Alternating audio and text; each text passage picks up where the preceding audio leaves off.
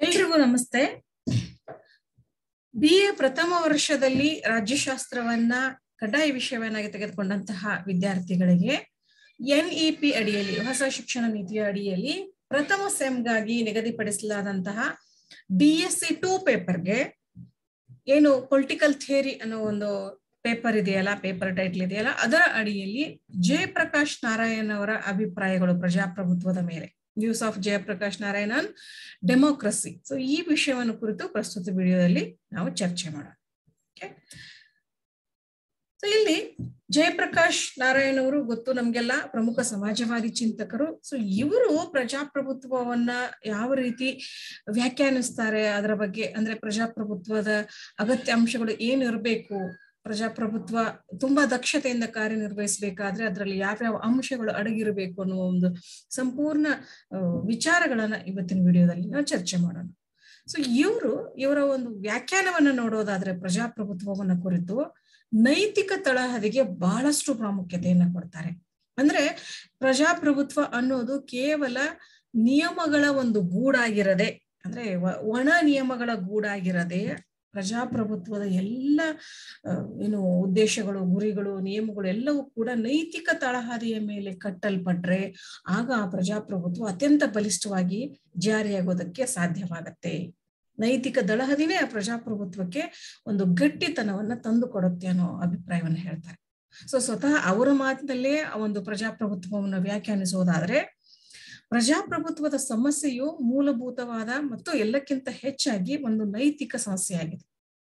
ಅಂದ್ರೆ ಪ್ರಜಾಪ್ರಭುತ್ವದಲ್ಲಿ ಏನಾದ್ರೂ ಸಮಸ್ಯೆಗಳು ಅಥವಾ ದೋಷಗಳು ಕಂಡು ಬರ್ತಾವಂದ್ರೆ ಅವುಗಳು ನೈತಿಕ ಸಮಸ್ಯೆಗಳಾಗಿದ್ದೇವೆ.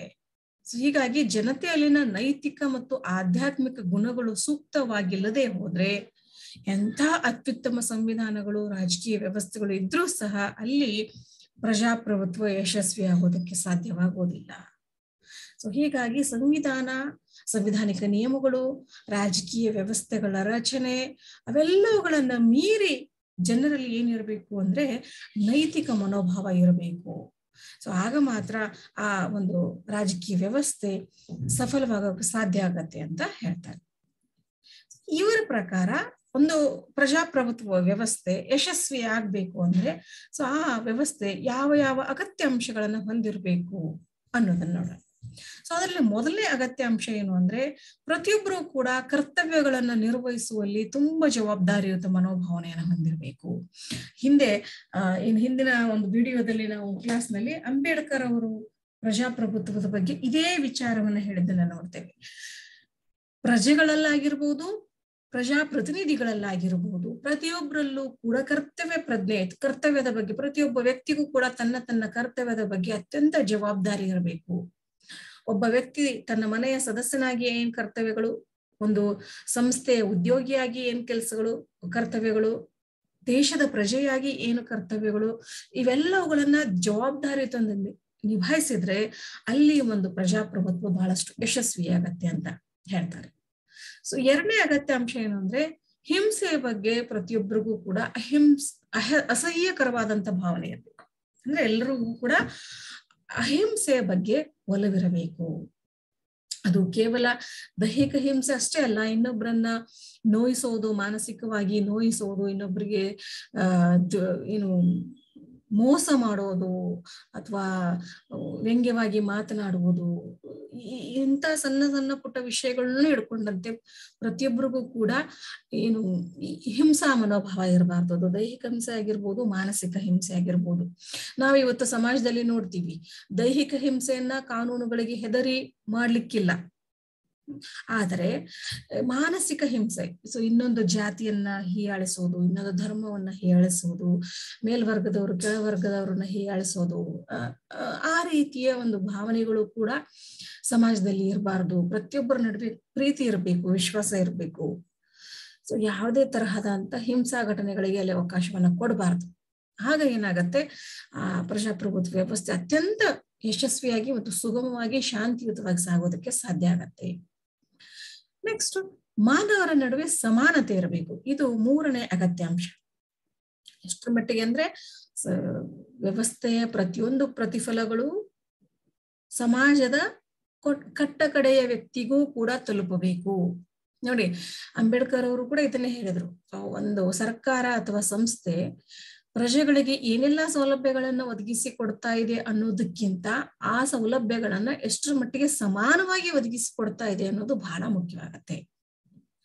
ಸೊ ಆ ಸಮಾನತೆ ಬರಬೇಕಾದ್ರೆ ಮಾನವರ ನಡುವೆ ಜಾತಿ, ಲಿಂಗ, ಧರ್ಮ, ಈ ವರ್ಗ, ಬಣ್ಣ, ವರ್ಣ ಅಂತ ಏನ್ ಕರಿತೀವಿ, ಇವೆಲ್ಲ ಅಂಶಗಳನ್ನ ಮೀರಿ ಪ್ರತಿಯೊಬ್ಬ ಮಾನವನನ್ನು ಕೂಡ ಮಾನವನನ್ನಾಗಿ ಕಾಣ್ತಕ್ಕಂತಹ ಸಮಾನತೆಯ ಸ್ವರೂಪ ಅಲ್ಲಿ, ವ್ಯವಸ್ಥೆ ಅಲ್ಲಿ ಇರಬೇಕು. ಸೊ ಆಗ ಪ್ರಜಾಪ್ರಭುತ್ವ ಇನ್ನೂ ಹೆಚ್ಚು ಯಶಸ್ವಿಯಾಗತ್ತೆ. ನೆಕ್ಸ್ಟ್ 4ನೇ ಅಗತ್ಯ ಅಂಶ ಏನು ಅಂದ್ರೆ, ಪ್ರತಿಯೊಬ್ಬರಿಗೂ ಕೂಡ ಇತರರ ಅಭಿಪ್ರಾಯಗಳನ್ನ ಕೇಳುವ ತಾಳ್ಮೆ ಇರಬೇಕು. ಸೊ ತಾಳ್ಮೆ ಮನೋಭಾವ. ಸೊ ಅದು ಪ್ರಜೆಗಳಿಗಾಗಿರ್ಬೋದು, ಅಗೇನ್ ಇಲ್ಲಿ ಆಡಳಿತದಲ್ಲಿ ಇರ್ತಕ್ಕಂತಹ ರಾಜಕೀಯ ನಾಯಕರಿಗೆ ತಮ್ಮ ಪ್ರಜೆಗಳ ಸಮಸ್ಯೆಗಳನ್ನ ತಾಳ್ಮೆಯಿಂದ ಕೇಳುವ ಮನೋಭಾವ ಇರಬೇಕು. ಆ ಸಮಸ್ಯೆಗಳನ್ನ, ಯಾಕಂದ್ರೆ ಯಾವುದೇ ಸಮಸ್ಯೆಗಳನ್ನ ತಕ್ಷಣಕ್ಕೆ ಪರಿಹಾರ ಕೊಡೋಕ್ಕಾಗೋದಿಲ್ಲ, ಪರಿಹರಿಸೋಕ್ಕಾಗೋದಿಲ್ಲ, ಜಾದು ಮಾಡೋದಕ್ಕಾಗೋದಿಲ್ಲ. ಸೊ ಸಾಕಷ್ಟು ಪರಿಹಾರಕ್ಕಾಗಿ ಒಂದು ಸಮಸ್ಯೆಯನ್ನ ಪರಿಹರಿಸಕ್ ಹೋದ್ರೆ ಅಲ್ಲಿ ಕಣ್ಣಿಗೆ ಕಾಣದೇ ಇರುವ ಅನೇಕ ಸಮಸ್ಯೆಗಳು, ಅಂಶಗಳು ಇರ್ತವೆ. ಸೊ ಆ ಎಲ್ಲಾ ಸಮಸ್ಯೆಗಳನ್ನ ಮೀರಿ ಪರಿಹಾರವನ್ನು ಕಂಡುಕೊಳ್ತಕ್ಕಂತಹ ತಾಳ್ಮೆ ಆ ರಾಜಕೀಯ ನಾಯಕರಿಗಿರಬೇಕು. ಅದೇ ರೀತಿ ಏನು ನಾವು ನಾಗರಿಕ ಸೇವಾ ಸಿಬ್ಬಂದಿ ಅಂತ ಕರಿತೀವಿ, ಶಾಶ್ವತ ಕಾರ್ಯಾಂಗ ಅಂತ ಕರಿತೇವೆ, ಅಲ್ಲಿ ಅವರು ಇಡೀ ಆಡಳಿತದ ಚುಕ್ಕಾಣಿಯನ್ನ ನೈಜವಾಗಿ ನಡೆಸುವವರು. ಅವರಿಗೂ ಕೂಡ ದೇಶದ ಪ್ರತಿಯೊಬ್ಬ ನಾಗರಿಕನಿಗೂ ಬೇಕಾದಂತಹ ಸೌಲಭ್ಯಗಳನ್ನ ತಾಳ್ಮೆಯಿಂದ ಒದಗಿಸಿಕೊಡ್ತಕ್ಕಂತಹ ಮನೋಭಾವ ಇರಬೇಕು. ಹಾಗೆಯೇ ಪ್ರಜೆಗಳಿಗೆ ತಮ್ಮ ಪ್ರತಿನಿಧಿಗಳ ಒಂದು ಏನು ಸನ್ನಿವೇಶವನ್ನ, ಸಂಕಷ್ಟವನ್ನ ಅರ್ಥ ಮಾಡಿಕೊಳ್ತಕ್ಕಂತಹ ತಾಳ್ಮೆ ಇರಬೇಕು. ಸೊ ಅವರು ಒಂದು, ಯಾಕಂದ್ರೆ ನಾಯಕ ನಾವು ಇವತ್ತು ಸೆಲೆಕ್ಟ್ ಮಾಡಿ ಕಳ್ಸಿದೀವಿ, ಆಯ್ಕೆ ಮಾಡಿ ಕಳ್ಸಿದೀವಿ ಅಂದ ತಕ್ಷಣನೇ ನಮ್ಗೆ ಬೇಕಾದಂತ ಎಲ್ಲ ಸೌಲಭ್ಯಗಳನ್ನು ಒದಗಿಸೋಕಾಗೋದಿಲ್ಲ. ಅದು ಸಂಪನ್ಮೂಲಗಳ ಕೊರತೆ ಇರ್ಬೋದು, ಅಥವಾ ವ್ಯವಸ್ಥೆಯ ಒಂದು ಪ್ರೊಸೀಜರ್ ಇರ್ಬೋದು. ಆ ಎಲ್ಲವುಗಳನ್ನ ಮೀರಿ ಅವರು ನಮ್ಗೆ ಸೌಲಭ್ಯಗಳನ್ನು ಒದಗಿಸಿ ಕೊಡೋವರೆಗೂ ಕಾಯ್ತಕ್ಕಂಥ ತಾಳ್ಮೆ ನಮ್ಮಲ್ಲಿ ಕೂಡ ಇರಬೇಕು. ಒಟ್ಟಾರೆ ಇಡೀ ರಾಷ್ಟ್ರದ ಎಲ್ಲರಲ್ಲಿಯೂ ಕೂಡ, ಎಲ್ಲಾ ಪ್ರಜೆಗಳಲ್ಲಿಯೂ ಕೂಡ ತಾಳ್ಮೆ ಇದ್ರೆ ಆ ದೇಶದ ಪ್ರಜಾಪ್ರಭುತ್ವ ತುಂಬಾ ಯಶಸ್ವಿಯಾಗತ್ತೆ ಅಂತ ಹೇಳ್ತಾರೆ. ಇನ್ನು 5ನೇ ಅಗತ್ಯ ಅಂಶ ಏನು ಅಂದ್ರೆ, ಪ್ರಜಾಪ್ರಭುತ್ವದ ಯಶಸ್ಸಿಗೆ ಸಹಕಾರ ತತ್ವ ಬಹಳ ಪ್ರಮುಖವಾದದ್ದು. ಹೀಗಾಗಿ ಎಲ್ಲರೂ ಕೂಡ ಸಹಕಾರ ಮನೋವೃತ್ತಿಯನ್ನ ಬೆಳೆಸಿಕೊಳ್ಳಬೇಕು ಪರಸ್ಪರ. ಅದು ರಾಜಕೀಯ ಪಕ್ಷಗಳ ನಡುವೆ ಇರಬಹುದು, ಆಡಳಿತ ವರ್ಗಗಳ ನಡುವೆ ಇರ್ಬೋದು, ಇಲಾಖೆಗಳ ನಡುವೆ ಇರಬಹುದು, ಜನರ ನಡುವೆ. ಯಾಕಂದ್ರೆ ಇವತ್ತು ಜನರಲ್ಲಿ ಏನೆಲ್ಲ ಅಂಶಗಳಿಂದ ಭಿನ್ನ ಭಾವ ಇದೆ ಅಂತ ನಾವು ನೋಡ್ತೀವಿ. ವಿಶೇಷವಾಗಿ ನಮ್ಮ ದೇಶದಲ್ಲಿ ಬಹು ಸಂಸ್ಕೃತಿ, ಬಹು ಜಾತಿ, ಬಹು ಭಾಷೆ, ಇಷ್ಟೆಲ್ಲ ಭಿನ್ನಗಳ ಮಧ್ಯನೂ ಕೂಡ ಅವೆಲ್ಲವುಗಳನ್ನ ಮೀರಿದಂತಹ ಸಹಕಾರ, ನಾವೆಲ್ಲ ಭಾರತೀಯರು, ನಾವೆಲ್ಲ ಮಾನವರು. ಸೊ ಅನ್ನುವ ಒಂದು ಸಹಕಾರಿ ಮನೋಭಾವದಿಂದ ಪರಸ್ಪರ ಕಷ್ಟಕ್ಕೆ ಸ್ಪಂದಿಸುವ ಗುಣವನ್ನ ಬೆಳೆಸಿಕೊಂಡಾಗ ಅಲ್ಲಿ ಆ ಪ್ರಜಾಪ್ರಭುತ್ವದ ಆಡಳಿತ ಹೊರೆ ಕಡಿಮೆಯಾಗತ್ತೆ. ಅತ್ಯಂತ ಸುಲಭವಾಗಿ ಅದು ಆಡಳಿತವನ್ನ ಯಶಸ್ವಿಯಾಗಿ ನಡೆಸ್ಕೊಂಡು ಹೋಗೋದಕ್ಕೆ ಸಾಧ್ಯ ಆಗತ್ತೆ. ಇನ್ನು 6ನೇ ಅಗತ್ಯ ಅಂಶ ಏನು ಅಂದ್ರೆ, ಸ್ವಾತಂತ್ರ್ಯದ ಬಗ್ಗೆ ಪ್ರತಿಯೊಬ್ಬರಿಗೂ ಕೂಡ ಅಭಿಮಾನ ಇರಬೇಕು. ಸೊ ಪ್ರತಿಯೊಬ್ಬರಿಗೂ ಸ್ವಾತಂತ್ರ್ಯ ಅಂದ್ರೆ ಏನು, ನನಗಿರ್ತಕ್ಕಂತಹ ಸ್ವಾತಂತ್ರ್ಯ ಏನು, ಅದರ ಲಿಮಿಟೇಷನ್ ಏನು, ಜೊತೆಗೆ ಆ ಸ್ವಾತಂತ್ರ್ಯದ ಅಡಿಯಲ್ಲಿ ನಾನು ಏನೇನೆಲ್ಲ ಸೌಲಭ್ಯಗಳನ್ನ ಪಡೆಯಬಹುದು ಸರ್ಕಾರದಿಂದ, ಸಮಾಜದಿಂದ, ಕುಟುಂಬದಿಂದ. ಸೊ ಆ ಎಲ್ಲ ಸ್ಪಷ್ಟ ತಿಳುವಳಿಕೆ ಇದ್ದಾಗ ಆ ವ್ಯಕ್ತಿಗೆ ಯಾವುದೇ ಕಾರಣಕ್ಕೂ ಮೋಸ ಆಗೋದಿಲ್ಲ, ಅವನ ಮೇಲೆ ದಬ್ಬಾಳಿಕೆ ಆಗೋದಿಲ್ಲ. ಸೊ ಈ ರೀತಿ ಪ್ರತಿಯೊಬ್ಬರು ಕೂಡ ಸ್ವಾತಂತ್ರ್ಯದ ಬಗ್ಗೆ ಜಾಗೃತಿಯನ್ನು ಹೊಂದಿದಾಗ ಅಲ್ಲಿ ಅಧಿಕಾರ ಯಾರಿಂದಲೂ ಕೂಡ ದುರುಪಯೋಗ ಆಗೋದಿಲ್ಲ. ಸೊ ಅದೇ ನಿಜವಾದ ಪ್ರಜಾಪ್ರಭುತ್ವದ ಒಂದು ತಿರುಳು ಅಂತ ಕರಿತೀವಿ. ಯಾಕಂದ್ರೆ ಪ್ರಜಾಪ್ರಭುತ್ವ, ಯಾವುದಕ್ಕೆ ಪ್ರಜಾಪ್ರಭುತ್ವ ಅಂತ ಕರಿತೀವಿ ಅಂದ್ರೆ, ಯಾವ ವ್ಯವಸ್ಥೆಯಲ್ಲಿ ಸ್ವಾತಂತ್ರ್ಯ ಮತ್ತು ಸಮಾನತೆ ಇರುತ್ತೋ that is the real democracy ಅಂತ ಕರಿತೀವಿ. ಸೊ ಹಾಗಾಗಿ ಅದು ತಾನಾಗಿಯೇ ಜಾರಿಗೆ ಬರೋದಿಲ್ಲ. ತಾನಾಗಿಯೇ ಜಾರಿಗೆ ಬರಬೇಕು ಅಂದ್ರೆ ಅದು ತುಂಬಾ ಸಮಯನ ತೆಗೆದುಕೊಳ್ಳುತ್ತೆ, 100ಕ್ಕೆ 100 ಜಾರಿ ಆಗೋದಿಲ್ಲ. ಆದ್ರೆ ಆ ರಾಷ್ಟ್ರದ ಪ್ರತಿಯೊಬ್ಬ ವ್ಯಕ್ತಿಗೂ ಕೂಡ ಸ್ವಾತಂತ್ರ್ಯದ ಬಗ್ಗೆ ಅರಿವಿದ್ದಾಗ ಅದು ಬಹಳ ಬೇಗ ಏನಾಗತ್ತೆ, ಜಾರಿಯಾಗತ್ತೆ. ಆಗ ಪ್ರಜಾಪ್ರಭುತ್ವ ಬಹಳ ಬೇಗನೆ ಯಶಸ್ಸನ್ನು ಹೊಂದೋದಕ್ಕೆ ಸಾಧ್ಯ ಆಗತ್ತೆ ಅನ್ನುವ ಇನ್ನೊಂದು ಅಂಶ. ನೆಕ್ಸ್ಟ್ 7ನೇ ಅಗತ್ಯ ಅಂಶ ಏನು ಅಂದ್ರೆ, ಪ್ರಜಾಪ್ರಭುತ್ವ ಸರ್ಕಾರದಲ್ಲಿ ಯಾವುದೇ ಕಾರಣಕ್ಕೂ ದಬ್ಬಾಳಿಕೆಯನ್ನ ಜನ ಸಹಿಸ್ಕೊಳ್ಬಾರ್ದು. ಸೊ ದಬ್ಬಾಳಿಕೆ ಯಾರಿಂದನೇ ಆಗ್ಲಿ, ಅದು ಸ್ವಂತ ಮನೆಯವರಿಂದ ಆದ್ರೂ ಕೂಡ, ಸ್ವಂತ ಸಂಬಂಧಗಳಲ್ಲಿ ಆದ್ರೂ ಕೂಡ ದಬ್ಬಾಳಿಕೆಯನ್ನ ವಿರೋಧಿಸ್ಬೇಕು ಧೈರ್ಯವಾಗಿ. ನಾವು ನೋಡ್ತೇವೆ ಕೌಟುಂಬಿಕ ಕಲಹಗಳು ಅಂತ ನೋಡ್ತೇವೆ. ಕುಟುಂಬದಿಂದನೇ ನೋಡಿ, ಪ್ರತಿಯೊಂದು ವಿಷಯದ ಅಧ್ಯಯನಕ್ಕೂ ಕೂಡ ನಮ್ಗೆ ಕುಟುಂಬದಲ್ಲೇ ಸಾಕಷ್ಟು ಉದಾಹರಣೆಗಳು ಸಿಗ್ತವೆ. ಒಂದು ಕುಟುಂಬದಲ್ಲಿನೇ ನಾವೆಲ್ಲ ಒಂದು ಸಾರ್ವಜನಿಕ ಆಡಳಿತದ ಒಂದು ಮೂಲ ತತ್ವಗಳು ಅಂತ ಏನ್ ಕರಿತೀವಿ, ಶ್ರಮ ವಿಭಜನೆ, ಸಹಕಾರ, ನಿರ್ದೇಶನ, ಎಲ್ಲವುಗಳು ಏನ್ ಪೋಸ್ಟ್ ಕಾರ್ಬ್ ತತ್ವಗಳು ಅಂತ ಕರಿತೀವಿ, ಅವೆಲ್ಲವೂ ಕೂಡ ಅವು ಎಲ್ಲವಕ್ಕೂ ಕುಟುಂಬನೇ ಮೂಲ ಉದಾಹರಣೆ ಕೊಡ್ಬೋದು. ಕುಟುಂಬ ಎಲ್ಲಾ ನಿಯಮಗಳಿಗೆ ಅನುಗುಣವಾಗಿ ನಡೆಯುತ್ತೆ. ಹಾಗೆ ಪ್ರತಿಯೊಂದಕ್ಕೂ ಕೂಡ ಕುಟುಂಬ ಮೂಲ ಆದರ್ಶ ಸಂಸ್ಥೆ. ಇಲ್ಲಿ ಕುಟುಂಬದಲ್ಲಿ ದಬ್ಬಾಳಿಕೆ ನಡೆದದ್ದನ್ನ ಪ್ರಶ್ನಿಸುವ ಧೈರ್ಯ ಒಬ್ಬ ವ್ಯಕ್ತಿಗೆ ಬೆಳೆದ್ರೆ ಖಂಡಿತವಾಗಿಯೂ ಅವನು ಸಮಾಜದಲ್ಲಿ ದಬ್ಬಾಳಿಕೆಗೆ ಒಳಗಾಗೋದಿಲ್ಲ, ಸರ್ಕಾರದಿಂದ ನಡೆಯುವ ದಬ್ಬಾಳಿಕೆಯನ್ನು ಕೂಡ ಅವನು ಸಹಿಸುವುದಿಲ್ಲ. ನೋಡ್ತೇವೆ ನಾವು ಕುಟುಂಬದಲ್ಲಿ ಇವತ್ತು ಎಷ್ಟೋ ಅದು ವರದಕ್ಷಿಣೆ ಸಮಸ್ಯೆ ಆಗಿರ್ಬೋದು, ಯಾವುದೇ ಮಾನಸಿಕ ಸಮಸ್ಯೆ ಆಗಿರ್ಬೋದು, ಗಂಡ ಹೆಂಡತಿಯ ನಡುವಿನ ಸಂಬಂಧ ಸರಿ ಇಲ್ಲದೆ ಹೋಗಿದ್ದಕ್ಕೆ ಎಂತೆಂಥ ದಬ್ಬಾಳಿಕೆಗಳು, ಅತ್ತೆ ಸೊಸೆ ಏನು ವರದಕ್ಷಿಣೆ ಸಾವುಗಳು. ಸೊ ಈ ರೀತಿಯ ದಬ್ಬಾಳಿಕೆಯನ್ನ ಅನವಶ್ಯಕವಾಗಿ ಎಷ್ಟೋ ಸರಿ ರಕ್ತ ಸಂಬಂಧಗಳಲ್ಲೇ ಒಂದು ಕ್ಯಾರೆಕ್ಟರ್ ಇನ್ನೊಂದು ಕ್ಯಾರೆಕ್ಟರ್ನ ದಬ್ಬಾಳಿಕೆಗಳನ್ನ ಮಾಡೋದನ್ನ ನಾವು ನೋಡ್ತೇವೆ. ಸೊ ಅದನ್ನ ಯಾವುದೇ ಕಾರಣಕ್ಕೂ ಸಹಿಸ್ಕೊಳ್ಬಾರ್ದು. ಪ್ರತಿಯೊಂದನ್ನು ಕೂಡ ಪ್ರಶ್ನಿಸಿ ಧೈರ್ಯವಾಗಿ ಅದನ್ನ ವಿರೋಧಿಸಿ ಪ್ರತಿಯೊಬ್ಬರೂ ಕೂಡ ಮನುಷ್ಯನ ಏನು ಅಗತ್ಯತೆಗಳು ಏನಿದಾವೆ, ಸ್ವಾತಂತ್ರ್ಯ, ಸಮಾನತೆ, ಗೌರವ ಏನಿದಾವೆ ಅವೆಲ್ಲವನ್ನು ಕೂಡ ಪಡೆದುಕೊಂಡು ಜೀವಿಸ್ಬೇಕು. ಆವಾಗ ಖಂಡಿತವಾಗಿಯೂ ಪ್ರಜಾಪ್ರಭುತ್ವ ವ್ಯವಸ್ಥೆಯಲ್ಲಿ ಪ್ರಜಾಪ್ರತಿನಿಧಿ ಸ್ಥಾನವನ್ನ ವಹಿಸ್ಕೊಂಡಂತಹ ಯಾವುದೇ ನಾಯಕರು ತಮ್ಮ ಅಧಿಕಾರವನ್ನ ದುರ್ಬಳಕೆ ಮಾಡ್ಕೊಳ್ಳೋದಕ್ಕೆ ಅಥವಾ ಯಾರ ಮೇಲೇನಾದ್ರೂ ದಬ್ಬಾಳಿಕೆ ಮಾಡೋದಕ್ಕೆ ಅವಕಾಶ ಇರೋದಿಲ್ಲ. ಸೊ ಹೀಗಾಗಿ ಪ್ರಜೆಗಳು ಇದ್ರ ಬಗ್ಗೆ ಸಂಪೂರ್ಣ ಜಾಗೃತಿಯನ್ನು ಹೊಂದಿರಬೇಕು ಅನ್ನೋದು ಇನ್ನೊಂದು ಅಂಶ. ಸೊ ಇನ್ನೊಂದು ಅಗತ್ಯ ಅಂಶ ಹೇಳೋದೇನು ಅಂದ್ರೆ, ಪ್ರತಿಯೊಬ್ಬರು ಕೂಡ ಸರಳ ಜೀವನ ನಡೆಸ್ತಕ್ಕಂಥ ಸಾಮರ್ಥ್ಯವನ್ನ ಹೊಂದಿರಬೇಕು. ಸಿಂಪಲ್ ಲಿವಿಂಗ್ ಅಂತ ಏನ್ ಕರಿತೀವಿ. ಸೊ ಇದಕ್ಕೂ ಪ್ರಜಾಪ್ರಭುತ್ವಕ್ಕೂ ಏನ್ ಸಂಬಂಧ ಅಂದ್ರೆ, ಒಬ್ಬ ವ್ಯಕ್ತಿ ಎಷ್ಟು ಸರಳ ಜೀವನ ನಡೆಸ್ತಾನೋ ಅಷ್ಟು ಸಮಾಜದಲ್ಲಿ ಅಸಮಾನತೆಯ ಪ್ರಮಾಣ ಕಡಿಮೆ ಆಗತ್ತೆ. ಒಬ್ಬ ವ್ಯಕ್ತಿ ತನ್ನ ಹತ್ರ ದುಡ್ಡಿದೆ, ಆಸ್ತಿ ಇದೆ, ಸಂಪತ್ತು ಜಾಸ್ತಿ ಇದೆ ಅಂತ ಹೇಳಿ ವೈಭವ ಜೀವನವನ್ನ ನಡೆಸೋದಕ್ಕೆ ಹೋದ್ರೆ ಆ ವೈಭವ ಜೀವನವನ್ನ ನೋಡಿ ಆ ತರಹದ ವೈಭವ ಜೀವನ ಸಿಗದೇ ಇರತಕ್ಕಂತಹ ಅನೇಕ ಜನ ಅವನ ಮೇಲೆ ದ್ವೇಷವನ್ನ ಪ್ರಾರಂಭ ಮಾಡಬಹುದು. ಆದಷ್ಟು ಸರಳ ಜೀವನವನ್ನ ನಡೆಸಿ ಎಲ್ರಿಗೂ ಕೂಡ ಆದಷ್ಟು ಏನು ಆರ್ಥಿಕ, ಸಾಮಾಜಿಕ, ಶೈಕ್ಷಣಿಕ ವಿಷಯಗಳಲ್ಲಿ ಸಮಾನತೆಯನ್ನ ಸಾಧಿಸಿದ್ರೆ ಅಲ್ಲಿ ಪ್ರಜಾಪ್ರಭುತ್ವ ನಿಜವಾಗ್ಲೂ ಕೂಡ ಆಚರಣೆಯಲ್ಲಿ ಬರೋದಕ್ಕೆ ಸಾಧ್ಯವಾಗತ್ತೆ. ಹೀಗಾಗಿ ಇಲ್ಲಿ ಪ್ರತಿಯೊಬ್ಬರು ಕೂಡ ಅತ್ಯಂತ ಸರಳ ಜೀವನ, ಏನು ಉದಾತ್ತ ಯೋಚನೆ ಅಂತ ಕರಿತೀವಿ, ಸಿಂಪಲ್ ಲಿವಿಂಗ್, ಹೈ ಥಿಂಕಿಂಗ್ ಅಂತ ಹೇಳಿ. ಸೊ ಅಂತಹ ಜೀವನವನ್ನು ಅಳವಡಿಸಿಕೊಂಡ್ರೆ ಆ ರಾಷ್ಟ್ರ ಖಂಡಿತವಾಗಿಯೂ ಮಾದರಿ ರಾಷ್ಟ್ರವಾಗಿ ಹೊರಹೊಮ್ಮೋದಕ್ಕೆ ಸಾಧ್ಯ ಆಗತ್ತೆ ಅಂತ ಜಯಪ್ರಕಾಶ್ ಅವರು ಹೇಳ್ತಾರೆ. ಸೊ ಇವೆಲ್ಲ ಅಗತ್ಯ ಅಂಶಗಳನ್ನ ಹೇಳಿದಂತಹ ಜಯಪ್ರಕಾಶ್ ಅವರು ಪಕ್ಷರಹಿತ ಪ್ರಜಾಪ್ರಭುತ್ವ ವ್ಯವಸ್ಥೆಯನ್ನ ಅತ್ಯಂತ ಬಲವಾಗಿ ಪ್ರತಿಪಾದನೆ ಮಾಡ್ತಾರೆ. ಸೊ ಇವ್ರ ಪ್ರಕಾರ ಪಕ್ಷ ನಾವು ಸ್ವಾರ್ಥ ಹಿತಾಸಕ್ತಿಗಳನ್ನ ಸಾಧಿಸೋಕೆ ಇರ್ತಕ್ಕಂತಹ ಸಾಧನಗಳು, ಮತ್ತೆ ಪೊಳ್ಳು ಭರವಸೆಗಳನ್ನ ಕೊಡ್ತಕ್ಕಂತಹ ಸಾಧನಗಳು. ಹೀಗಾಗಿ ಪಕ್ಷ ಇಲ್ಲದೆ ಇರ್ತಕ್ಕಂಥ ಪ್ರಜಾತಂತ್ರ ವ್ಯವಸ್ಥೆ ಇದ್ರೆ ಅಲ್ಲಿ ಚೆನ್ನಾಗಿರುತ್ತೆ ಅನ್ನೋ ಅಭಿಪ್ರಾಯವನ್ನ ವ್ಯಕ್ತಪಡಿಸ್ತಾರೆ. ಬಟ್ ಈ ಒಂದು ಅಭಿಪ್ರಾಯ ಏನು ಯುಟೋಪಿಯನ್ ಥಿಯರಿ ಆಗತ್ತೆ, ಯಾಕಂದ್ರೆ ಕಾಲ್ಪನಿಕ ಭ್ರಮ. ಯಾಕಂದ್ರೆ ಪಕ್ಷ ಇಲ್ಲದೆ ಒಂದು ಪ್ರಜಾಪ್ರಭುತ್ವದಲ್ಲಿ ಚುನಾವಣೆಗಳು ನಡೆಯೋದು ತುಂಬಾ ಕಷ್ಟ. ಸೊ ಯಾವಾಗ ಪಕ್ಷರಹಿತ ಪ್ರಜಾಪ್ರಭುತ್ವವನ್ನು ಕಟ್ಟೋದಕ್ಕೆ ಸಾಧ್ಯ ಆಗೋದಿಲ್ವೋ ಅನ್ನೋದನ್ನ ಜಯಪ್ರಕಾಶ್ ಅವರು ಮನಗಾಣ್ತಾರೋ ಅವಾಗ ಪ್ರಜಾಪ್ರಭುತ್ವವನ್ನು ಸದೃಢಗೊಳಿಸೋದಕ್ಕೆ ಕೆಲವೊಂದು ಸಲಹೆಗಳನ್ನ ನೀಡ್ತಾರೆ. ಸೊ ಆ ಸಲಹೆಗಳು ಯಾವ್ಯಾವು ಅನ್ನೋದಾದ್ರೆ, ಮೊದಲನೇದು ಸಮರ್ಥವಾದಂತ ವಿರೋಧ ಪಕ್ಷ ಇರಬೇಕು. ಸೊ ಈ ಅಂಶವನ್ನ ಅಂಬೇಡ್ಕರ್ ಅವರು ಕೂಡ ಹೇಳಿದ್ರು. ಒಂದು ವಿರೋಧ ಪಕ್ಷ ಆಡಳಿತ ಪಕ್ಷದಲ್ಲಿದ್ದಂತಹ ಏನು ಒಂದು ಪಕ್ಷ ಯಾವುದೇ ಕಾರಣಕ್ಕೂ ಕೂಡ ತನ್ನ ಬಹುಮತದ ಆಧಾರದ ಮೇಲೆ ಅಧಿಕಾರವನ್ನ ದುರ್ಬಳಕೆ ಮಾಡ್ಕೊಳ್ಳೋದಕ್ಕೆ, ರಾಷ್ಟ್ರದ ಸಂಪತ್ತನ್ನ ದುರುಪಯೋಗಪಡಿಸ್ಕೊಳ್ಳೋದಕ್ಕೆ, ಜನರ ಮೇಲೆ ಯಾವುದೇ ಕಾರಣದ ದಬ್ಬಾಳಿಕೆಯನ್ನು ನಡೆಸೋದಕ್ಕೆ ಅವಕಾಶವನ್ನ ಕೊಡಬಾರದು.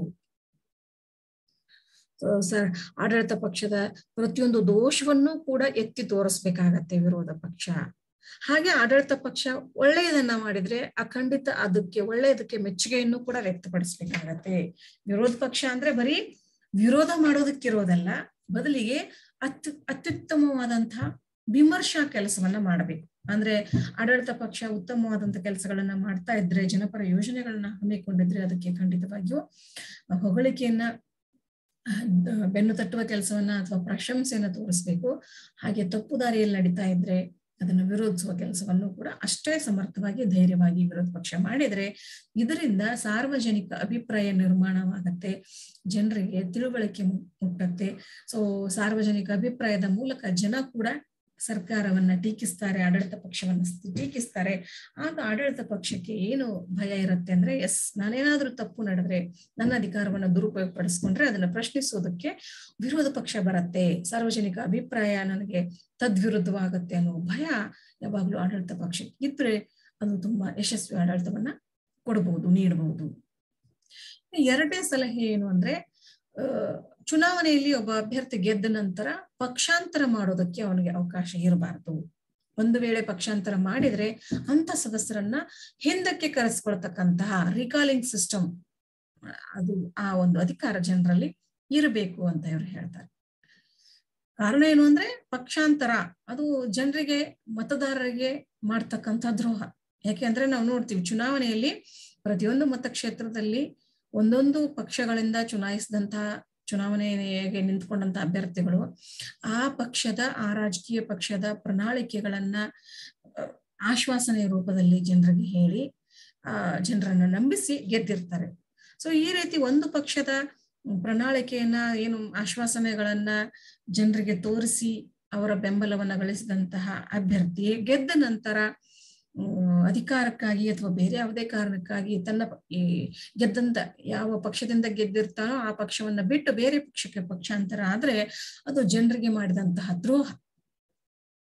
ಹಾಗಾಗಿ ಅದಕ್ಕೆ ಅವಕಾಶವನ್ನ ಕೊಡಬಾರ್ದು, ಅದನ್ನ ಅವರನ್ನ ರೀಕಾಲ್ ಮಾಡ್ಕೊಳ್ಳೋಕೆ, ವಾಪಸ್ಸು ಅವರ ಒಂದು ಸ್ಥಾನದಿಂದ ಕರೆಸ್ಕೊಳ್ಳೋದಕ್ಕೆ ಅವಕಾಶವನ್ನ ಕೊಡಬೇಕು ಅಂತ ಜಯಪ್ರಕಾಶ್ ಅವರು ಹೇಳ್ತಾರೆ. ಸೊ ನಮ್ಮ ದೇಶದಲ್ಲಿ ಈ ರಿಕಾಲಿಂಗ್ ಸಿಸ್ಟಮ್ ಇಲ್ಲ, ಬಟ್ ಪಕ್ಷಾಂತರ ನಿಷೇಧ ಕಾಯ್ದೆಯ ಮೂಲಕ ಕಡ್ಡಾಯವಾಗಿ ಒಂದು ಪಕ್ಷದಿಂದ ಇನ್ನೊಂದು ಪಕ್ಷಕ್ಕೆ ಪಕ್ಷಾಂತರ ಮಾಡುವುದನ್ನು ನಿಷೇಧಿಸಲಾಗಿದೆ.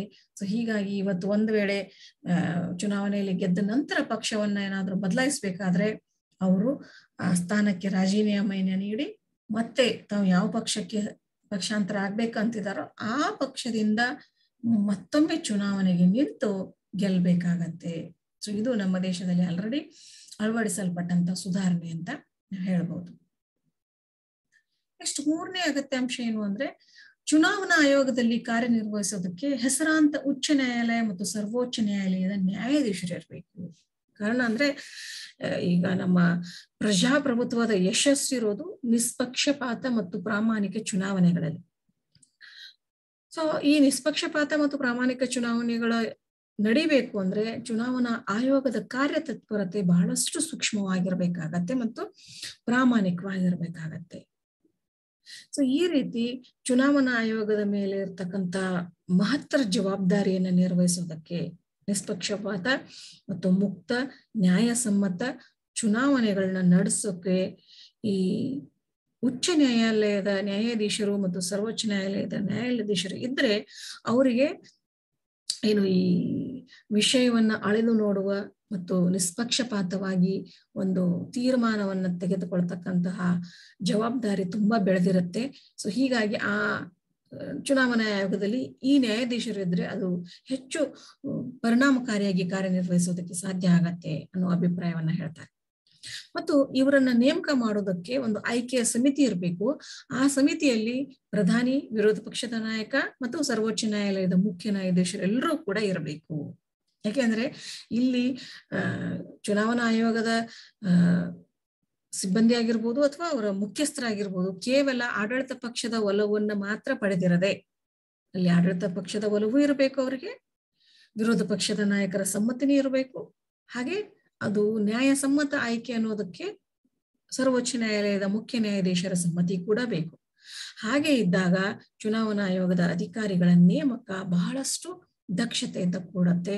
ಇಂಟರ್ನ್ ಆ ಒಂದು ಅಧಿಕಾರಿಗಳು ಉತ್ತಮವಾದಂತ ನ್ಯಾಯಸಮ್ಮತ ಚುನಾವಣೆಗಳನ್ನ ನಡೆಸುವಲ್ಲಿ ಸಫಲರಾಗ್ತಾರೆ ಅನ್ನೋದು ಕೂಡ ಜಯಪ್ರಕಾಶ್ ನಾರಾಯಣ್ ಅವರ ಅಭಿಪ್ರಾಯ. ಇನ್ನು ಮುಂದಿನ ಅಗತ್ಯಾಂಶ ಏನು ಅಂದ್ರೆ, ಚುನಾವಣೆಯಲ್ಲಿ ಮತ ಚಲಾಯಿಸುವ ಮತದಾರರ ಕನಿಷ್ಠ ವಯೋಮಿತಿಯನ್ನು 18ಕ್ಕೆ ಇಳಿಸಬೇಕು ಅಂತ ಹೇಳ್ತಾರೆ. ಎಸ್, ಸೊ ಜಯಪ್ರಕಾಶ್ ನಾರಾಯಣ್ ಅವರು ಈ ಒಂದು ಅಭಿಪ್ರಾಯವನ್ನ ಹೇಳ್ತಕ್ಕಂಥ ಸಂದರ್ಭದಲ್ಲಿ ಭಾರತದಲ್ಲಿ ಮತದಾರರ ವಯಸ್ಸು 21 ಇತ್ತು. 21 ವರ್ಷವಾದಂತಹ ಎಲ್ಲ ಮತದಾರರಿಗೆ ವಯಸ್ಕ ಮತದಾನ ಪದ್ಧತಿ ಅಡಿಯಲ್ಲಿ ಮತದಾನದ ಹಕ್ಕನ್ನ ನೀಡಲಾಗ್ತಿತ್ತು. ಬಟ್ ಇದನ್ನ ಮುಂದೆ ತಿದ್ದುಪಡಿ ಮೂಲಕ 18 ವರ್ಷಕ್ಕೆ ಇಳಿಸಲಾಗಿದೆ. ಸೊ ಹೀಗಾಗಿ ಈ ಅಂಶವನ್ನ ನಮ್ಮ ಸಂವಿಧಾನಬದ್ಧವಾಗಿಯೇ ನಾವು ನಮ್ಮ ದೇಶದಲ್ಲಿ ಜಾರಿಗೊಳಿಸಿದ್ದೇವೆ ಅನ್ನೋದನ್ನ ಹೆಮ್ಮೆಯಿಂದ ಹೇಳಿಕೊಳ್ಬಹುದು. ನೆಕ್ಸ್ಟ್ 5ನೇ ಅಗತ್ಯ ಅಂಶ ಏನು ಅಂದ್ರೆ, ಪ್ರಜೆಗಳು ಬುದ್ಧಿವಂತರಾಗಿರ್ಬೇಕು. ಇದು ಬಹಳ ಪ್ರಮುಖವಾದದ್ದು. ಯಾಕೆ ಅಂದ್ರೆ ಎಲ್ಲಿಯವರೆಗೂ ನಾವು ಫಲಾನುಭವಿಗಳಾದವರು ಜಾಗೃತರಾಗೋದಿಲ್ವೋ ಅಲ್ಲಿವರೆಗೆ ಏನೇ ಕಾನೂನು ನಿಯಮಗಳು ವ್ಯವಸ್ಥೆಗಳು ಸಂಸ್ಥೆಗಳು ಇದ್ರೂ ಸಹ ಉಪಯೋಗ ಆಗುವುದಿಲ್ಲ. ನಾವು ಬುದ್ಧಿವಂತರಾಗಿ ಸ್ವತಃ ನಮ್ಮ ಸ್ವಾತಂತ್ರ್ಯ ಏನು, ನಮ್ಮ ಹಕ್ಕು ಏನು, ನಮ್ಮ ಕರ್ತವ್ಯ ಏನು ಎಲ್ಲವನ್ನು ತಿಳಿದುಕೊಂಡು ನಮ್ಮ ಸ್ವಾತಂತ್ರ್ಯವನ್ನ ಪಡೆದುಕೊಂಡು ನಮ್ಮ ಕರ್ತವ್ಯಗಳನ್ನ ಪಾಲಿಸಿಕೊಂಡು ಹೋಗ್ತಕ್ಕಂತಹ ಬುದ್ಧಿವಂತ ಪ್ರಜೆಗಳ ಪ್ರಮಾಣ ಎಷ್ಟು ಹೆಚ್ಚಾಗತ್ತೋ ಅಷ್ಟರ ಮಟ್ಟಿಗೆ ಪ್ರಜಾಪ್ರಭುತ್ವ ಯಶಸ್ವಿ ಆಗ್ತಾ ಹೋಗತ್ತೆ ಅನ್ನೋದು ಇನ್ನೊಂದು ಅಂಶ. ನೆಕ್ಸ್ಟ್ 6ನೇ ಅಂಶ, ಸ್ವತಂತ್ರವಾದಂತಹ ನ್ಯಾಯಾಂಗ ವ್ಯವಸ್ಥೆ ಇರಬೇಕು.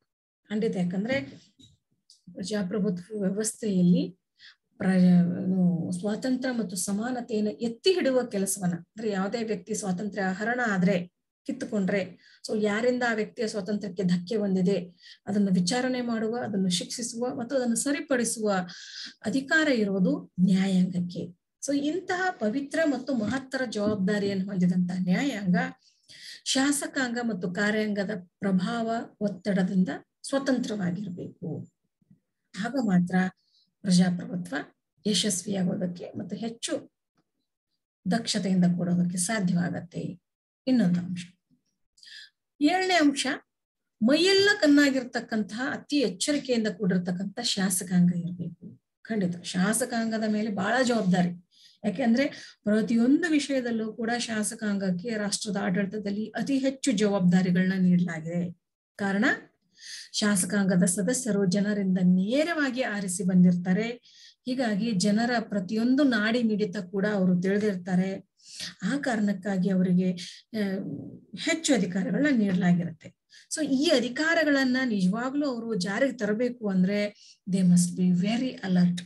ಶಾಸಕಾಂಗ ಯಾವಾಗ್ಲೂ ತುಂಬಾ ಎಚ್ಚರಿಕೆಯಿಂದ ಆಡಳಿತವನ್ನ ನಡೆಸ್ತಕ್ಕಂಥ ಶಾಸನ ರಚನಾ ಪ್ರಕ್ರಿಯೆಯಲ್ಲಿ ತೊಡಗಬೇಕು. ಸೊ ಶಾಸನ ರಚನಾ ಪ್ರಕ್ರಿಯೆಯಲ್ಲಿ ಯಾವುದೇ ಕಾರಣಕ್ಕೂ ಕೂಡ ಪ್ರಜೆಗಳಿಗೆ ಏನು ನಷ್ಟವಾಗ್ತಕ್ಕಂತಹ ಅಂಶಗಳನ್ನ, ಪ್ರಜಾ ಸ್ವಾತಂತ್ರ್ಯಕ್ಕೆ ಧಕ್ಕೆ ಬರ್ತಕ್ಕಂತಹ ಅಂಶಗಳನ್ನ ತರದೆ ಯಾವಾಗ್ಲೂ ಪ್ರಜಾ ಕಲ್ಯಾಣದ ಬಗ್ಗೆ, ಪ್ರಜೆಗಳ ಯೋಗಕ್ಷೇಮದ ಬಗ್ಗೆ ಅದು ಎಚ್ಚರಿಕೆಯನ್ನು ವಹಿಸ್ಬೇಕಾಗತ್ತೆ. ನೆಕ್ಸ್ಟ್ 8ನೇ ಅಗತ್ಯ ಅಂಶ ಏನು ಅಂದ್ರೆ, ಜನತೆಯಲ್ಲಿ ಅರಿವನ್ನು ಮೂಡಿಸ್ತಕ್ಕಂತಹ ಪತ್ರಿಕೆಗಳಿಗೆ ಪತ್ರಿಕಾ ಸ್ವಾತಂತ್ರ್ಯ ಇರಬೇಕು. ಖಂಡಿತ ಅಭಿವ್ಯಕ್ತಿ ಸ್ವಾತಂತ್ರ್ಯ ಅಂತ ಏನ್ ಕರಿತೀವಿ ನಾವು.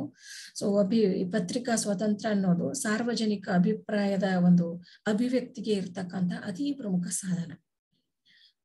ಇದು ಇದ್ದಾಗ ಮಾತ್ರ ಜನರು ಧೈರ್ಯದಿಂದ ಮುಕ್ತವಾಗಿ ಆಡಳಿತವನ್ನ ವಿಮರ್ಶೆ ಮಾಡ್ತಕ್ಕಂತಹ ಅಧಿಕಾರವನ್ನ ಪಡ್ಕೊಳ್ತಾರೆ. ಸೊ ಆಡಳಿತದ ವಿಮರ್ಶೆ ಜನರಿಂದ ಅತ್ಯಗತ್ಯವಾದದ್ದು. ಆಡಳಿತದಲ್ಲಿರ್ತಕ್ಕಂತಹ ಪಕ್ಷಕ್ಕೆ ಜನರ ಒಂದು ಏನು ಪಬ್ಲಿಕ್ ಒಪಿನಿಯನ್ ಅಂತ ಏನ್ ಕರಿತೀವಿ, ಸಾರ್ವಜನಿಕ ಅಭಿಪ್ರಾಯದ ಒಂದು ಭಯ ಇರಬೇಕು. ಆ ಸಾರ್ವಜನಿಕ ಅಭಿಪ್ರಾಯ ವ್ಯಕ್ತಪಡಿಸ್ತಕ್ಕಂತಹ ಸಾಧನನೇ ಪತ್ರಿಕಾ ಸ್ವಾತಂತ್ರ್ಯ. ಅದು ಖಂಡಿತ ಇರಬೇಕು. ಎಲ್ಲ ಅಂಶಗಳು ಇದ್ರೆ ಅದು ಪ್ರಜಾಪ್ರಭುತ್ವ ಇನ್ನು ಹೆಚ್ಚು ಯಶಸ್ವಿಯಾಗತ್ತೆ ಅನ್ನೋದು ಇವರ ಅಭಿಪ್ರಾಯ. ನೆಕ್ಸ್ಟ್ 9ನೇ ಅಂಶ ಏನು ಅಂದ್ರೆ, ಜಾಗರೂಕತೆಯಿಂದ ಕೂಡಿದ ಎಚ್ಚರದಿಂದ ನಡೆಸುವ ಪ್ರಭಾವಯುತ ಪ್ರಜಾಭಿಪ್ರಾಯ ಅಥವಾ ಜನಾಭಿಪ್ರಾಯ ಇರಬೇಕು. ಪ್ರಜಾಭಿಪ್ರಾಯ, ಜನಾಭಿಪ್ರಾಯ ಅಥವಾ ಸಾರ್ವಜನಿಕ ಅಭಿಪ್ರಾಯ ಅಂತ ಏನ್ ಕರಿತೀವಿ, ಪ್ರಜಾಪ್ರಭುತ್ವ ವ್ಯವಸ್ಥೆಯಲ್ಲಿ ಬಹಳ ಪ್ರಮುಖ ಪಾತ್ರವನ್ನು ವಹಿಸ್ತಾರೆ. ಆದ್ರೆ ಈ ಜನಾಭಿಪ್ರಾಯ ಬಹಳಷ್ಟು ಜಾಗರೂಕತೆಯಿಂದ ಕೂಡಿರ್ಬೇಕು. ಯಾಕೆಂದ್ರೆ ಪ್ರಜಾಪ್ರಭುತ್ವದಲ್ಲಿ ಪ್ರಜಾಭಿಪ್ರಾಯಕ್ಕೆ ಹೆಚ್ಚು ಮನ್ನಣೆಯನ್ನು ನೀಡಲಾಗತ್ತೆ.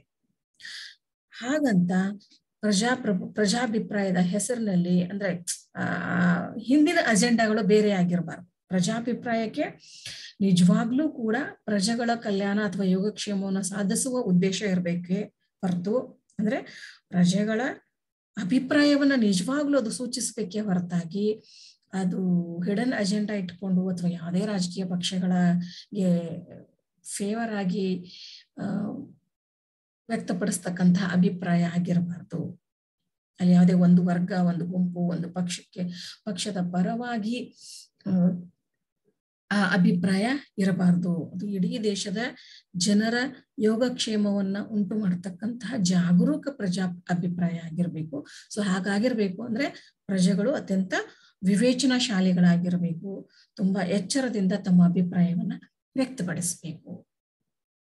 ನೆಕ್ಸ್ಟ್ 10ನೇ ಅಂಶ, ಶಿಕ್ಷಣವನ್ನು ಮುಕ್ತವಾಗಿ ಜನತೆಗೆ ಒದಗಿಸಲು ಸ್ವಾತಂತ್ರ್ಯ ಪಡೆದಂತ ಶೈಕ್ಷಣಿಕ ಸಮುದಾಯ ಇರಬೇಕು. ಖಂಡಿತ, ಯಾಕಂದ್ರೆ ಇದೆಲ್ಲ ಯಶಸ್ಸು ಯಾವುದರ ಮೇಲಿದೆ ಅಂದ್ರೆ ಶಿಕ್ಷಣವೆಂಬ ಕಂಬದ ಮೇಲೆ.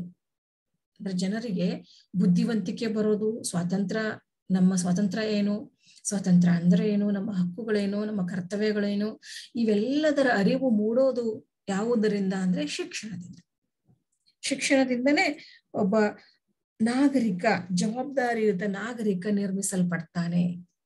ಹೀಗಾಗಿ ಉತ್ತಮವಾದಂತ ಶಿಕ್ಷಣವನ್ನು ಒದಗಿಸೋದಕ್ಕೆ ಅಲ್ಲಿ ಶೈಕ್ಷಣಿಕ ಸಮುದಾಯ ಇರಬೇಕು, ಅವುಗಳಿಗೆ ಸಾಕಷ್ಟು ಸ್ವಾತಂತ್ರ್ಯ ಇರಬೇಕು. ಆಗ ಪ್ರಜಾಪ್ರಭುತ್ವ ಯಶಸ್ವಿಯಾಗುತ್ತೆ. ನೆಕ್ಸ್ಟ್, ಗುಂಪುಗಳಾಗಿ ಕಾರ್ಯನಿರ್ವಹಿಸಲು ಬಲಯುತವಾದಂತಹ ಕಾರ್ಮಿಕ ಸಂಘಗಳು ಮತ್ತು ಸಮಾಜದ ವಿವಿಧ ವರ್ಗಗಳ ವಿವಿಧ ಸಂಸ್ಥೆಗಳು ರಚನೆಗೊಂಡಿರಬೇಕು.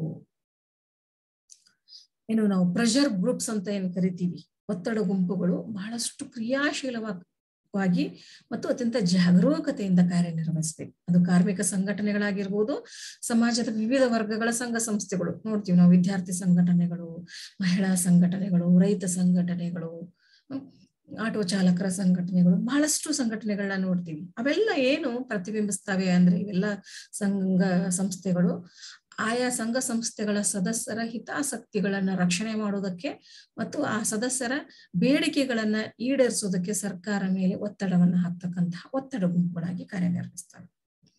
ಸೊ ಇವು ಎಷ್ಟು ಸ್ಟ್ರಾಂಗ್ ಆಗಿರ್ತಾವೋ ಅಷ್ಟರ ಮಟ್ಟಿಗೆ ಪ್ರತಿಯೊಂದು ವರ್ಗದ ಜನರಿಗೂ ಕೂಡ ಸರ್ಕಾರದಿಂದ ಉತ್ತಮವಾದಂತ ಸೌಲಭ್ಯಗಳನ್ನ, ಆಡಳಿತ ವ್ಯವಸ್ಥೆಯನ್ನ ಒದಗಿಸಿಕೊಡೋದಕ್ಕೆ ಸಾಧ್ಯವಾಗತ್ತೆ.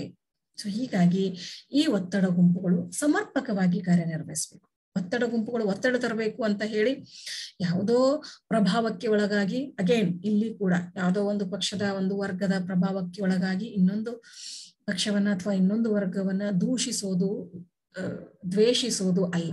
ಬದಲಾಗಿ ತಮಗೆ ಏನು ಸರ್ಕಾರದಿಂದ ಸೌಲಭ್ಯಗಳು ಬೇಕೋ ಆ ಸೌಲಭ್ಯಗಳನ್ನ ಪ್ರಾಮಾಣಿಕವಾಗಿ ಪಡೆಯುವ ಪ್ರಯತ್ನವನ್ನ ಮಾಡಬೇಕು. ಸೊ ಇವು ಸಮಾಜದಲ್ಲಿ ಗಲಭೆಗಳು, ದ್ವೇಷಗಳು ಉಂಟಾಗ್ತಕ್ಕಂತಹ ಪ್ರಕರಣಗಳನ್ನ ಮಾಡದೆ, ಅಭಿಪ್ರಾಯಗಳನ್ನ ವ್ಯಕ್ತಪಡಿಸದೆ, ಆ ತರಹದ ಒತ್ತಡಗಳನ್ನು ತರದೆ, ತಮ್ಮ ಸಂಘ ಸಂಸ್ಥೆಗಳ ಸದಸ್ಯರ ಹಿತಾಸಕ್ತಿಗಾಗಿ ಪ್ರಾಮಾಣಿಕವಾಗಿ ಕಾರ್ಯ ನಡೆಸಿದ್ರೆ ಖಂಡಿತವಾಗಿಯೂ ಅದು ಆ ಪ್ರಜಾಪ್ರಭುತ್ವ ಅತ್ಯಂತ ಚುರುಕಾಗಿ ಕೆಲಸವನ್ನ ಮಾಡೋದಕ್ಕೆ ಸಾಧ್ಯವಾಗತ್ತೆ. ಇಷ್ಟು ಇವರ ಒಂದು ಅಭಿಪ್ರಾಯಗಳನ್ನ ನೋಡ್ತೇವೆ ನಾವು. ಸೊ ಫೈನಲ್ ಆಗಿ ಜಯಪ್ರಕಾಶ್ ನಾರಾಯಣ್ ಅವರು ಈ ಡೆಮೋಕ್ರೆಟಿಕ್ ಸೋಷಿಯಲಿಸಮ್ ಅನ್ನ ಜಾರಿಗೆ ತರೋದಕ್ಕೆ ಬಹಳ ಪ್ರಯತ್ನ ಪಟ್ಟರು. ಪ್ರಜಾಪ್ರಭುತ್ವ ಸಮಾಜವಾದ ಅಂತ ಕರಿತೀವಿ ನಾವು. ಅಂದ್ರೆ ಪ್ರಜಾಪ್ರಭುತ್ವ ಅನ್ನೋದು ಅಲ್ಲಿ ಸಮಾನತೆ, ಸಮಾಜವಾದದ ಅಡಿಯಲ್ಲಿ ಸಮಾನತೆಯನ್ನ ಜಾರಿಗೆ ತಂದಾಗ ಅದು ಬಹಳ ಅರ್ಥಪೂರ್ಣವಾಗಿರುತ್ತೆ. ಹೀಗಾಗಿ ಸಮಾನತೆಯನ್ನ ತರ್ತಕ್ಕಂತಹ ಪ್ರಜಾಪ್ರಭುತ್ವ ಜಾರಿಯಲ್ಲಿ ಬರಬೇಕು. ಅವಾಗ ಮಾತ್ರ ಪ್ರಜಾಪ್ರಭುತ್ವದ ಗುರಿ ಮತ್ತು ಸಾಧನಗಳನ್ನ ಸಾಧಿಸೋದಕ್ಕೆ ಸಾಧ್ಯವಾಗತ್ತೆ ಅನ್ನೋ ಒಂದು ಅಂಶವನ್ನ ಇವರು ವ್ಯಕ್ತಪಡಿಸ್ತಾರೆ. ಹೀಗಾಗಿ ಇವರು ಪ್ರಜಾಸತ್ತಾತ್ಮಕ ಪ್ರಜಾಪ್ರಭುತ್ವಕ್ಕಿಂತ ಪ್ರಜಾಪ್ರಭುತ್ವ ಸಮಾಜವಾದವನ್ನ, ಕೇವಲ ಪ್ರಜಾಸತ್ತಾತ್ಮಕ ಪ್ರಜಾಪ್ರಭುತ್ವ ಅಂದ್ರೆ ಕೇವಲ ರಾಜಕೀಯ ಸಂಸ್ಥೆ ಅಷ್ಟೇ ಅಲ್ಲ, ಅಂದ್ರೆ ಅಧಿಕಾರಕ್ಕೋಸ್ಕರ ಅಧಿಕಾರ ಅಷ್ಟೇ ಅಲ್ಲ, ಬದಲಾಗಿ ಸಮಾಜದ ಪ್ರತಿಯೊಬ್ಬ ಕಟ್ಟಕಡೆಯ ವ್ಯಕ್ತಿಯೂ ಕೂಡ ಆ ಪ್ರಜಾಪ್ರಭುತ್ವ ವ್ಯವಸ್ಥೆಯ ಸೌಲಭ್ಯವನ್ನು ಪಡಿತಕ್ಕಂತಹ ಸಮಾಜವಾದ ತತ್ವದ ಅಡಿಯಲ್ಲಿ ಪ್ರಜಾಪ್ರಭುತ್ವ ಕಾರ್ಯನಿರ್ವಹಿಸಿದ್ರೆ ಅದು ನಿಜವಾಗ್ಲೂ ಅದ್ಭುತವಾದಂತಹ ವ್ಯವಸ್ಥೆ ಅನ್ನೋದನ್ನ ಜಯಪ್ರಕಾಶ್ ಅವರು ಹೇಳ್ತಾರೆ. Thank you so much. for your patient listening.